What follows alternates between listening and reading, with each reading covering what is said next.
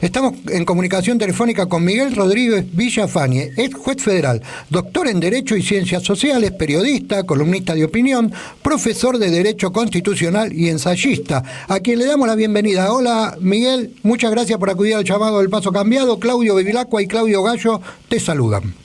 Bueno, mi saludo afectuoso a ambos Claudios. Bien. Tengo que pedir disculpas porque usted es una figura pública y yo lo trato como si fuera, lo tuteo y digo, bueno, pero como periodista me sale así. Estoy totalmente de acuerdo y así deseo que me trate, me parece perfecto. Bueno, vale. Miguel, estamos viviendo unos momentos bastante convulsionados. Nosotros acá desde el programa venimos trabajando mucho una cuestión que tiene que ver con la soberanía de las vías navegables, con la soberanía de los recursos naturales y estratégicos del país, que parecieran no tener control por parte del Estado, aunque el Estado dice lo contrario, ¿no? Pero también hay un tema que usted puso, por lo menos, o visibilizó, y que nosotros no habíamos trabajado nunca, que es el tema de la soberanía monetaria. ¿De qué se trata esto de la soberanía monetaria para que la gente pueda empezar a entender y nosotros también así generamos alguna cuestión? Fíjese, esto es fundamental, porque eso es el concepto que hace a lo que va de nuestro dinero.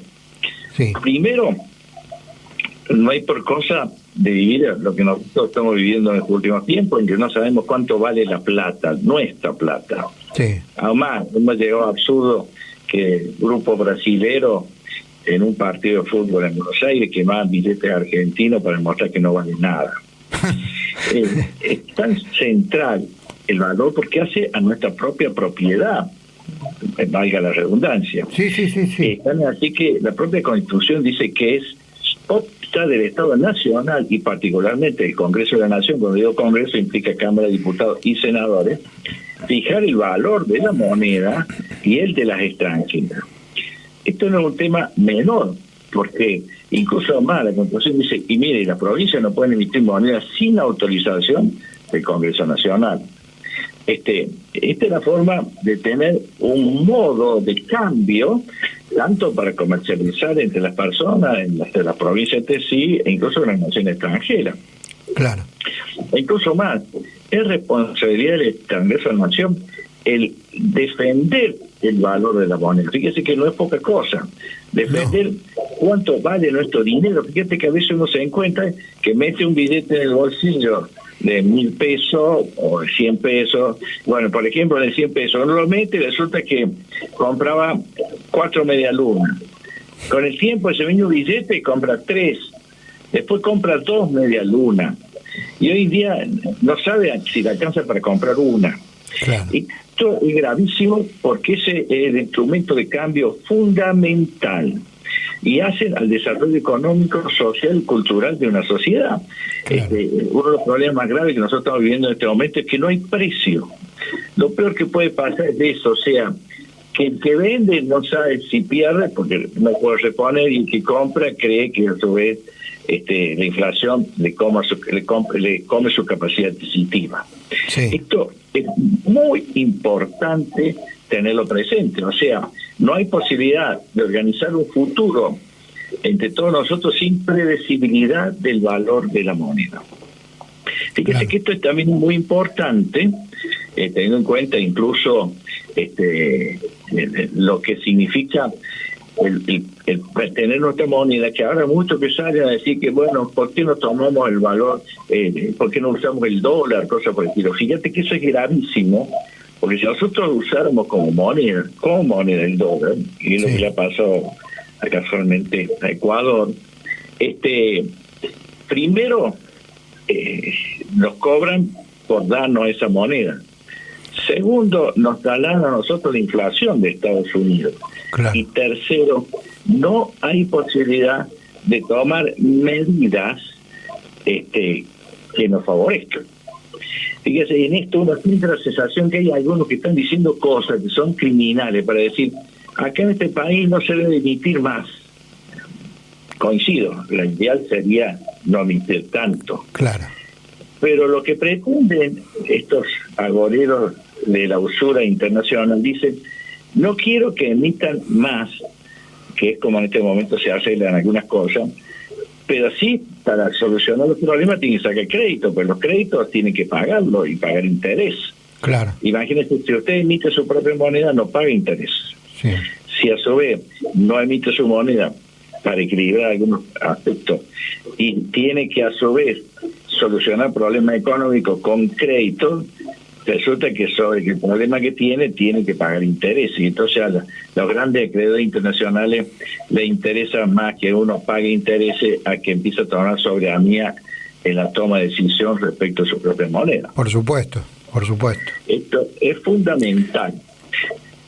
El otro tema es que nos hemos quedado sin entonces un aspecto referencial para calcular la moneda, a lo que se suma que la Constitución del año 1994 incorporó un artículo muy importante, que es el artículo 76 de la Constitución, que dice que se puede delegar por el Congreso esta facultad que es propia, solo en caso de emergencia pública al Poder Ejecutivo, con plazo fijado para su vigencia.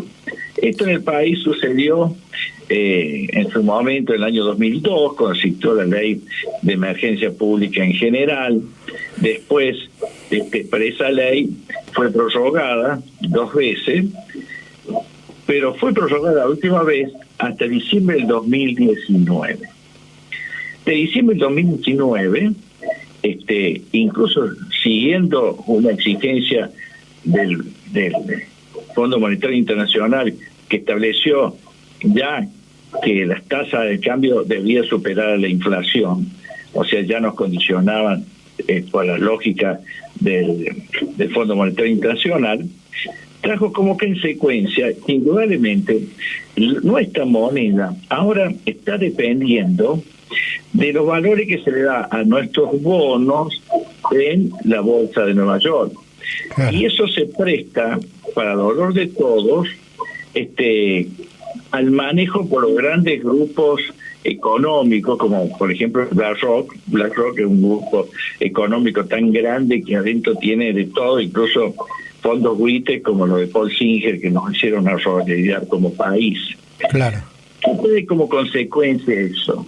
Que ese lugar se maneja así, o sea, los grandes fondos tienen bonos argentinos, quieren hacer bajar el valor del precio argentino, inundan la bolsa, hacen bajar el precio. Eso obliga, aumenta el dólar en Argentina. Luego, si ellos lo que necesitan es reinvertir dinero en pesos, presiona para que cada vez más el Estado le dé más intereses. Estamos llegando al absurdo que en este momento estamos pagando por intereses de la deuda externa o de la deuda pública, como lo queramos ver, por sobre los 110, 120% anuales, lo cual es inaceptable, ¿no? Sí, no, perdón, doctor, que ahí quiero agregar algo también que me parece perfecto lo que usted está diciendo, que aparte del gasto que hay en intereses, es superior al gasto que por ejemplo, se determina para educación, para salud, para...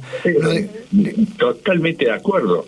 Para colmo, a su vez, en valores no manejado por el propio país. Se habla, por ejemplo, del dólar, que llama contado con liquidación, que en general es el dólar, casualmente, del precio de los títulos públicos en la Bolsa de Nueva York, que en base al cual luego se toma como criterio para sacar el dólar blue. Nosotros no podemos tener en este momento como tenemos 15 valores diferentes de dólares. Es una cosa de loco. Eso es inaceptable como país, incluso hasta discriminatorio, porque si usted es dólar, soja, le pagan a 200 pesos el dólar, mientras el dólar oficial en ese momento estaba a 150. Quiere decir que el Estado Nacional lo vende a 150, pero a los sojeros se los paga a 200. O sea, claro, perfectamente se puede dar el circuito el 7, que el que tiene dólar y no compra 150, pero después lo cobran a 200. Claro. Bueno, ni hablar otros aspectos que suceden en el país que son inaceptables, no solamente los distintos tipos de dólares, sino que el propio Estado, que dice que hay un solo dólar oficial, primero no explica cómo se llega a ese dólar, pero segundo, lo toma como referencia al blue para luego poner impuestos que para más o menos equilibrarlo, el impuesto Qatar, el impuesto que ponen el turista, el impuesto tarjeta, ahora el impuesto a la tarjeta de extranjero, cosas que uno dice, la verdad que todo esto parte de que no hay un criterio para determinar el valor objetivamente y en base a criterios argentinos, no en función de la manipulación que hacen ciertos grandes grupos económicos en la bolsa de Nueva York. Esto está trayendo también como consecuencia situaciones de aprovechamiento, ¿no? A dos extremos. Uno, por ejemplo, el mercado de los bancos te entregan dólares de cabeza chica de Washington que cotizan menos que los de cabeza grande de George Washington. Sí, ¿cuál es la razón? Si los dos billetes son auténticos, fijen adecuadamente y en el mercado se lo cotizan a uno menos y otro más. Y los bancos se aprovechan, tratan de encajarle a la gente los billetes de dólares, por ejemplo, de $100 con Washington cabeza chica. Tenemos situaciones que realmente terminan siendo inaceptables en términos generales, porque al no haber valor, vale todo. Ahora se está hablando del dólar Malbec, o sea que piden la empresa vitivinícola. Bueno, el día de mañana, espero que algún día haya un dólar periodista, aunque sea. Claro, sí. Un dólar social, vamos a tener que esperar un dólar social para la gente que no tiene trabajo, está desocupada, ¿no? Ahora, doctor, pero a mí no va más así, no se puede soportar más. No, claro. Ahora, una pregunta que me surge de todo lo que usted está contando y de lo que estamos viviendo, ¿no? Se van a cumplir 40 años de democracia en Argentina, o de deudocracia. A mí me gusta hablar mucho de deudocracia. Digo, a lo largo, salvo algunas excepciones, las políticas económicas siempre fueron orientadas hacia el mismo lugar. Lo que ha cambiado, para mi manera de ver, es que algunos gobiernos han sido más benévolos con los sectores sociales que otros. Pero las políticas económicas siempre apuntaron a la inversión extranjera, a la privatización, digamos, ¿cómo cambiamos esta realidad? Porque estamos hablando de una realidad que nos lleva a la horca, ¿no es cierto? A los que pensamos un poco diferente a lo que piensan los que gobiernan, nos lleva a la horca. Salvo que uno pueda estar en algún lugar y decida meterse plata en el bolsillo y vivir cómodamente, nos lleva a la horca. ¿Cómo se cambia esta realidad para los sectores sociales? ¿Cómo hacemos que nuestra moneda, como usted dice, que no vale nada y cada vez vale menos? Nosotros, yo acuerdo con lo que usted está diciendo, pero ¿cómo hacemos para que nuestra moneda sea fuerte? Primero, tiene que haber un pacto patriótico, porque por otro lado es tan hipócrita lo que sucede, que a veces viene inflación que la justifican porque aumentó el dólar, pero baja el dólar y no por eso bajan las cosas. Claro. Esto, primero hace falta que el Congreso de la Nación fije un principio de medida que tenga que ver con nuestra sanidad argentina. Por ejemplo, sobre los bienes exportables que tiene Argentina, y en base a eso fijar el valor base.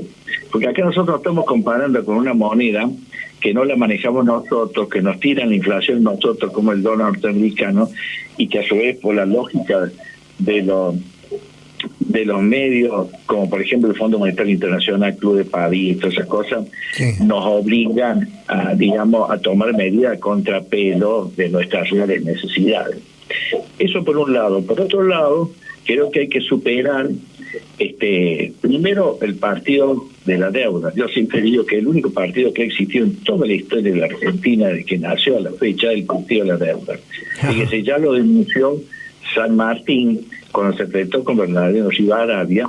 Él ya en Perú había dicho que no había que pagar la deuda odiosa, y acá Bernardino Rivadavia tomó la famosa deuda de la Brading Brothers, que eso fue el comienzo de un estilo que en nuestro país siempre ha tenido representación en todos los signos políticos. O sea, siempre ha tenido un representante de ese partido de la deuda, el gobierno que hace, gobernante militar, de derecho, de izquierda, de derecha, etcétera. En este momento hay que poner las cosas en su lugar. Uno ve que algunos personajes que nos llevaron al caos vuelven a tener prensa y hablar con una soltura que en el fondo de ninguna manera nos ayuda a superarnos. Creo que eso primero es fundamental. Y segundo, tenemos la ventaja, porque eso no es poca cosa, de tener un país con capacidad económica y riqueza propia, que es lo que vamos a tener que hacer valorar. Nosotros tenemos elementos básicos, que no es poca cosa, que es el agua, que en general hay un mundo en donde cada vez hay más problemas de agua, y el problema de agua también trae problemas de hambre, porque al no haber agua hay menos producción de alimentos, etcétera. Tenemos la posibilidad de producir. Hola. Uy, se nos cortó la comunicación. ¿Está por ahí, doctor? Bueno, se nos cortó. ¿Cómo puede ser? Se cortó el doctor. Vamos a intentar de nuevo, a ver en el aire si suena. A ver qué pasa. Yo lo estamos llamando. Mientras tanto, el doctor sigue hablando pensando que nosotros lo estamos escuchando. No. Ahí está. Ahí está sonando. Sí, se cortó. Se nos cortó, no sé qué pasó. Sí, no, bueno. Tampoco sé. Bueno, Los intereses de la deuda. Sí. Pero lo que quiere decir también, tenemos que tener un sentido de patria, especialmente un poder judicial dispuesto a exigir ciertas condiciones. Parece mentira, un poder judicial que realmente se hace el duro para no garantizar cosas básicas, pero por otro lado vemos nosotros que nunca ha exigido que los contratos de deuda sean transparentes, cosas que no sean, tienen cláusulas de impunidad que son inaceptables, y por otro lado resignación de la jurisdicción, lo que nos hizo arrodillar ante un juez de menor cuantía en Nueva York por fondos buitres, ¿no? Claro. Esto significa tener una presencia con firmeza en eso, y por otro lado preservar nuestros valores genuinos también desde lo ecológico, porque acá se nos dice que tenemos que pagar con dólares, pero para los dólares que nos piden nos implican resignar la soberanía sobre el río Paraná, nos implica resignar nuestra soberanía ecológica con los agroquímicos para la explotación o la sobreexplotación de nuestros campos, o una mega minería altamente contaminante. Claro. Ahí en donde también hay que tener firmeza, porque de lo contrario estamos produciendo verdaderos daños a la sociedad y al entorno ecológico, son inaceptables, ¿no? Claro. Doctor, acá Claudio Gallo está escuchando atentamente y dice que no con la cabeza, pero yo sé que le quiere hacer alguna pregunta. ¿Qué tal, doctor? ¿Cómo anda? Hola. Hola. Sí, tal, la escucho con gusto. Hay algo que a mí se me ocurre pensar, ¿no? Un país que no es un país soberano, que no tiene control sobre sus recursos estratégicos, sobre lo que exporta, sobre lo que importa, etcétera, etcétera, ¿puede tener soberanía monetaria? Por lo menos debería aspirarla, porque el problema es que tenemos estos inconvenientes, que nos sigan vendiendo ahora, como nosotros vemos más de un personero, hasta vuelto aparece Caballo, que quiere que nosotros nos dolaricemos. Dolarizarnos quiere decir ponernos en función de valores fijados desde Estados Unidos, con su lógica, en un momento donde Estados Unidos ya tiene una inflación del 7% anual, lo cual no es poca cosa, y que a su vez define eso con su propia lógica. Basta con que pague más intereses en la reserva de Estados Unidos, cosas por el estilo, lo cual en un mundo multipolar hoy en día, que nosotros no podemos quedar atados solo al dólar. Nosotros sabemos que ya se está hablando de distintos tipos de moneda, el yen chino y tantos otros, en donde nosotros también, para integrarnos, tenemos que tener la posibilidad de no quedar atados a una sola moneda como la norteamericana, ¿no? Ahora vamos a hacer una hipótesis, ¿no? A trazar una hipótesis. Es una locura lo que le voy a plantear, pero es una locura que uno se supone. Vamos a suponer que la Argentina cierra sus fronteras, decide emitir su propio billete y nada más, y no paga la deuda externa, y vivimos solamente de lo nuestro. ¿Cuánto valdría la moneda argentina para nosotros? Yo creo que lo que usted dice son estos sueños que a uno le interesa, pero el tema no sería así. Primero, en un mundo actual es muy difícil cerrar fronteras. Lo que sí es que hay que ponerse de acuerdo para qué vamos a abrirla, que son dos cosas distintas. Ahora se está hablando de que se viene y se va a abrir la frontera. ¿Frontera para qué? Una cosa es para importar cosas que nosotros no podemos hacer. Otra cosa es terminar importando, como tuvimos en algunas épocas, fideo italiano o galletita dinamarquesa. Creo que nosotros tenemos suficiente capacidad interna instalada como para poder producir cosas sin necesidad de importarlas. Segundo, acá no se trata de no pagar deudas, se trata de no pagar deudas ilegítimas y odiosas, que no es lo mismo. O sea, en un mundo civilizado, si tú no pagas, y todos somos irresponsables, sino nosotros vamos a pagar lo que corresponde, no lo que no corresponde. Acá está saltando claramente que tenemos una deuda de 54 mil millones de pesos que Trump se la dio a Macri solo para que ganara la elección, y esa plata, así como entró y salió con los acreedores externos, sin que haya quedado ni siquiera la posibilidad de haber hecho una alcantarilla o un puente en Argentina. Estas son de las cosas, porque a su vez violando las propias pautas que había fijado para eso el Fondo Monetario Internacional, que claro, no permite entregar dinero para esos objetivos. Entonces, acá viene un tema del cual a veces no se habla. Esto es muy interesante. Los problemas de deuda primero son legales y después son económicos. Y usted dice, ¿cómo es eso? Sí, son legales. Primero, pues yo le dijera a Claudio, lo llama a usted el banco y dice que usted debe 800.000 pesos. ¿Qué hace usted? Va al banco y dice, bueno, perdóneme, ¿debe facilidad para pagar? O lo primero que dice, ¿por qué cree usted que yo debo 800.000? Yo voy y le prendo fuego al banco, doctor. Ojalá se pudiera. No tenga la menor idea.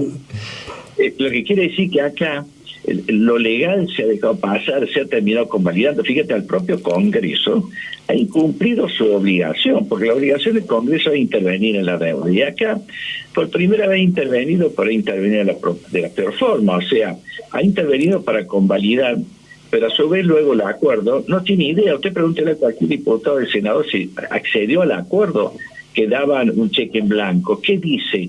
¿Cuáles son las condiciones? ¿De qué forma? Y la Constitución dice que el Congreso debe intervenir, no puede intervenir, debe. Y la intervención implica una acción integral, no solamente decir, bueno, yo estoy de acuerdo que negociemos con el fondo, sino, a ver, déjeme ver las cláusulas. Él dice cuál es la pauta, cuáles son los requisitos por los cuales a nosotros se nos exigen determinada exigencia. No, directamente se dejó en manos del Ejecutivo, a su vez todo en manos de lógica esotérica, porque que yo sepa, cuando viene el fondo, fíjese que hace un juego canalla. Por un lado nos exige transparencia. En este momento hay un piso, el Ministerio de Economía, ocupado por funcionarios del fondo, que lo pagamos todo. Hay 120 empleados del fondo pagados por nosotros, controlándonos. También están en la AFIP, en el ANSES, en aduana, etcétera, para controlarnos. Ahora, si nosotros queremos controlar en base a qué acuerdos hacen eso, no lo podemos ver. Hay cláusulas de secretismo, hay cláusulas de impunidad, una justicia que no se quiere meter en eso, salvo, fíjate, tuvimos la heroicidad de Alejandro Olmos, que planteó el tema de la legitimidad de la deuda externa en el proceso militar del 76. Sin embargo, después Ballesteros consolidó una gran estafa. ¿En qué sentido? Sacó un fallo en donde nos demostró los argentinos que habían cometido 477 delitos. Pero después que nos dicen eso, dicen, sí, pero ahora a Martín de Dios y a todos sus grupos están sobreseídos porque indudablemente después de los 18 años que llegó esta causa, han prescrito los delitos que le corresponden. Entonces, es una gran farsa, en una situación que hay que hablarla con todos sus nombres y todas sus realidades. Ahora, si no hay un país de pie dispuesto a exigir esto en todo su estamento, y una dirigencia que no tenga la certeza de dónde va a discutir, cuánto va a discutir, de qué forma lo va a hacer, por supuesto, nos van a robar la soberanía del río Paraná, también nuestra soberanía pesquera, nos van a condicionar nuestra naturaleza, la van a dejar totalmente desquiciada con los agroquímicos, y casualmente la minería, están llevando minerales por declaración jurada Acá yo decía, señor, quiero saber qué lleva. Y nos están llevando una cantidad de oro por año equivalente a mucho de lo que nosotros necesitaríamos para saldar la deuda externa. Sí. Entonces, acá son cosas que hay que volver a analizar. Acuérdense también lo que nos pasó con Vicentín, que hubiera sido una oportunidad para empezar a manejar incluso el tema de la exportación del grano. Creo que estas son de las cosas que hay que hablar con firmeza estratégica y con un patriotismo necesario al servicio del bien común del país, ¿no? Claro, doctor, está claro que es muy profundo lo que estamos hablando para que la gente... Son cosas que pasan todos los días, pero en realidad la gente por ahí pasa desapercibido todos estos detalles que usted decía, ¿no? Esto de que cuando uno habla de que dice, bueno, tenemos las oficinas del Fondo Monetario Internacional aquí en la Argentina que nos controlan, pero nadie ha hablado nunca, y yo me acabo de enterar por lo que usted dice, que tenemos más de 120 empleados pagados por nosotros. ¿120 dijo o más? Sí, 120 que lo están controlando, sí, así es. Bueno, 120 empleados del Fondo Monetario Internacional que los paga Argentina. Ahora, trabajo para los argentinos no hay, pero para los del fondo sí. Digamos, es muy grave la situación. Es muy grave porque esas son de las paradojas que incluso, fíjese, se le garantiza siempre una rentabilidad superior a la inflación, claro, a ni hablar, los intereses usuarios. Pero fíjese lo paradójico, por otro lado. Sí, no sé si no cobrarán en dólares esos muchachos, pero bueno, hay que ver en qué cobran. No, pero por supuesto, además, porque la factura se la pasa el Fondo Monetario a la Argentina. Pero acá lo más grave que está pasando ahora no es solo la inflación, que lo es y es grave, ¿no?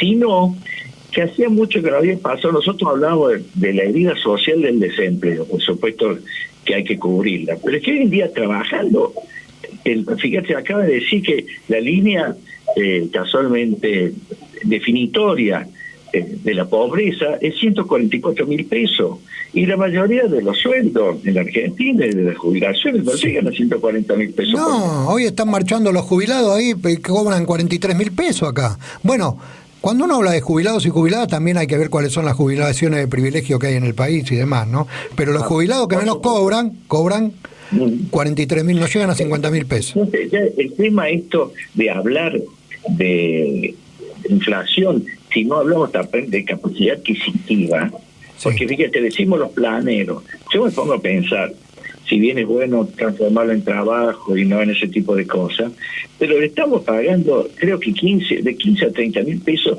con eso no comen, si la línea de pobreza es 144. Claro. Entonces, aquí el problema es, en realidad, si nosotros empezamos a discutir que todos tienen un piso 144 por arriba, bueno, hasta como otras veces en la Argentina, la inflación, como solía decir, que se solía decir que los precios van por el ascensor y los sueldos por la escalera, pero aún así se compensaba el tema. Ahora termina siendo una falsa. A usted le dicen, mire, le voy a dar a usted un reajuste del 60%. Ah, sí, hoy no,